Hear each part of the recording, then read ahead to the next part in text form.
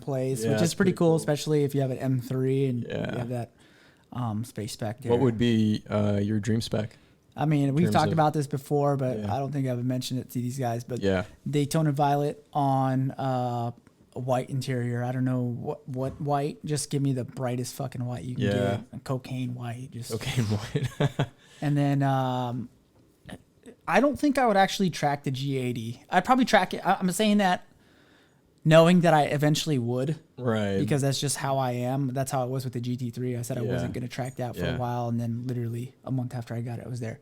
So, but it's not like you're not turning it into like a balls deep track car, which would be the reason why I go with the white interior. It would just solely be a daily driver. That makes sense. The car that I drive around town everywhere. And then the GT3 would still be that track car. So I have to ask you, would you go with a competition model or non-comp? Because now this is where the transmission choice now is locked in. So like I mentioned earlier, I had the chance to drive the M3 competition. And first of all, the break-in period, that still exists. Interesting. But I'm not too sure about before, but with the G80, and don't tell anybody I said this, but you can redline the fuck out of the car. No way. All the way. All the fucking way. It'll let you go? All the way. 100% power. Come in. We're going to flash it again and give you everything you need. No, it's ready to go now. And that motherfucker pulls. I bet. Dude, that thing pulls nice and hard. And it's super linear. It was a competition. It's a competition. So I had the ZF8. And you already know I do not like the ZF8. I'm not a fan of it. But I will say this. I was actually the moment of truth comes out. I was actually surprised how good the downshifts were. Really? Yeah. It gave me the gear I wanted. Wow. But it didn't give it to me how I wanted it. Okay. So it gave me the gear, but it like meshed it into the next fucking gear. No, I want this shit like crisp. Like PDK, DCT, like bam, like right there. You hit that bitch, bam, right into the next gear. And I think that's where the term like slush box comes in. Yeah. Because the gear shifts, like you said, like it gives you the gear on command, but the way it gives it to you, it just lacks a little bit of that feel. Yeah, that sports car, like that traditional sports car / even race car feel. Exactly. Like Chris Harris touched on that. I don't know if you saw his review on Top Gear. Yeah, I did. And he even said, like, he went as far as to say, like, the S58 engine is fast. It pulls, just like you said. But he said he said, dare I say it, this could be like a very fast M340i engine or something like that. Yeah, because it has... I think he said it just lacks some character, even compared to the S55. I don't know how true that is. I haven't driven it yet. Yeah, well, I mean, now that I think about it, it's like, fuck, man. But you throw on a tune on a B58 and holy shit, you're right there. Yeah. In terms of straight line speed. Yeah. Obviously, handling M car is different story. Yeah. But fuck. Now that you've mentioned it, dude, that's a great observation by Chris Harris. Yeah, and it's from everything that I've watched like a lot of reviews on this car just out of curiosity, and all the journalists talk about how like this car feels exceptionally refined. Like it just feels more like there's just more refinement to it. It doesn't have as much like aggression in it, and yeah, from the looks, it looks very aggressive, but in terms of the way it drives, it's actually a little bit of a step back compared to the F80 in the sense that it's easier to drive, especially at the limit. It's not as spiky. It's not as, it's a little more forgiving and relaxed, I guess, to drive fast. But at the same time, like, does that take away from the character of the car, Like M cars are defined by that, right? Like that very aggressive sports car like behavior. The handling, the steering. The steering has gotten from the so the worst thing that sorry, let me try and piece this together. Yeah, no worries. Worst thing I ever experienced with M car steering is not necessarily the way it feels on older M cars. The newer M cars, they're fucking trash. But the fact that the steering racks are so much turn to lock. Yeah. The best steering rack that I've come across in an M car is out of the E92. Okay. It just feels perfect. Like it's right, exactly what you want it to be. Just like the F80 is. The F80, you don't have to turn too much, especially on a track. It's very responsive. But the fact that the E92 is a hydraulic steering rack is what gives you that good feel. The F80 stock, oh my God, numb. It's numb. And then the G80, same thing, dude. Really? I was just like, it just feels like they took the F80 steering rack and put it right in the G80. Like there's some people were talking about, oh, the steering feels great. Dude, like I legit noticed no difference. No difference at all. Yeah.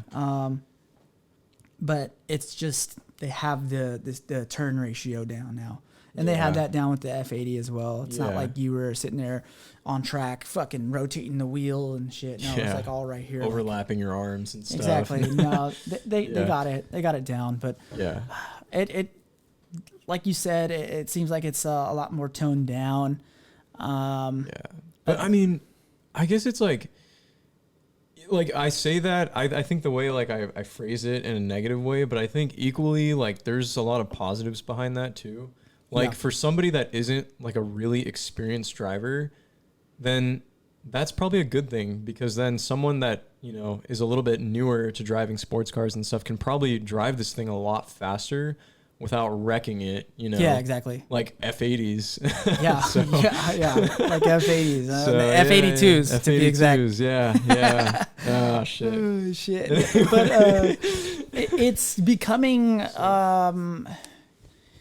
I always thought that BMWs were one step behind GT3s. Yeah. Like one generation back in technology and driving and everything. One step back. Yeah. And it seems like this generation is actually like almost 2 steps back. Damn. Because the 991.1. Yeah. Well, I guess that is the last gen. So yeah, I guess it's still only one generation back. Yeah. You know, the 991, and I don't want to like turn this into a GT3 conversation, but you can drive that thing on track with all the nannies on, and you'll feel like you are in complete control. The car will break loose. There's no MDM type mode in that car. Okay, yeah. It's legit built like that. You can lose the car. Wow. Once you get to a certain point where that back end knows like, okay, you fucked up, it's just going to stop. Steps in, yeah. But that's extremely rare that it happens. That's just how fucking good that car is. It makes you feel like a hero. Yeah. But going back to what you said, the inexperienced driver can hop in that car and not wreck it. Yeah. That's exactly what the GT3 does. That inexperienced driver can go in that car and not wreck it. Yeah. And still have all the names. They can feel like a rock star behind the wheel, you know. Exactly. Yeah. No, it's really interesting. And I think that's why like the F80 is kind of special in that sense. It's a very unforgiving car. Like if you drive with MDM like 98% of the time will save your ass in most scenarios. But if you turn the traction control off completely in that car, now it's like you know you're on. Know what you're doing. Yeah, you better know what you're doing, because that car, if it steps out on you, it's not going to save you. You know, and it is easy to slide out in the car. I mean, real easy. You know, you've experienced it on track with all the nannies off. You know, you have tons of, you know, behind the wheel experience. Well, my last track day, you weren't in the car with me, but right after you hopped out the car, Lucas hopped in with me. We spun out. We went off. And I have people messaging me about track days and, you know, what settings I drive with when I go on a track. And when I tell them, you know, I don't drive with anything on, I feel like it's an intrusion of what I can do. Yeah, totally. And I know that's the case because there's been on accidents where I drive with MDM mode on and I'm like, what's going on here? Yeah. But feel it. Yeah, it definitely. When I tell them that, they kind of some people are like, "Whoa, what do you mean you drive with nothing on?" Yeah. And I don't want to like talk like I'm hyping myself up, but no, it's just it's there's the truth, a lot though. of people that really think that these cars are unforgiving, which I do agree they are. Yeah. You fuck up, that's it. Yeah. Rarely do you get a chance to save, you know, when you break that rear end loose. Yeah, no, totally. I think, again, part of that is, you know, the car itself doesn't, for a relatively modern BMW, it doesn't weigh a ton, you know. Yeah. And, you know, the subframe is bolted directly to the frame of the car, the main frame. Yeah. Rear wheel drive, very spiky power band. Yeah. And a lot of those factors, it's an amazing car. And if you know how to manage the power properly, like, it's a fast car, Yeah. especially for the time that it came out in 2014, 7 years ago at this point. Still an amazing car, but yeah, I think it's interesting to see how the G80 has evolved from that. It's not as dramatic of a difference from E90 to F80. Obviously, there was so much that changed from the step from the E9X to the F8X. Yeah. F8X to G8X seems like a lot of refinement. I mean, in a lot of ways, I think the car is more similar to an F80, just a more refined I agree with version you. of that. I think that the biggest leap in all of them cars was E92 to F80. And there's going to be a lot of E92 people who would disagree. Like, oh, no, my car's better. E92, we know that. No, E92 is better totally than F80. Right, though. Yeah. But as far as driving performance goes, the gap between E92 or E9X to F8X was massive. And I think that you're right. The G8X from the F80, it's not really...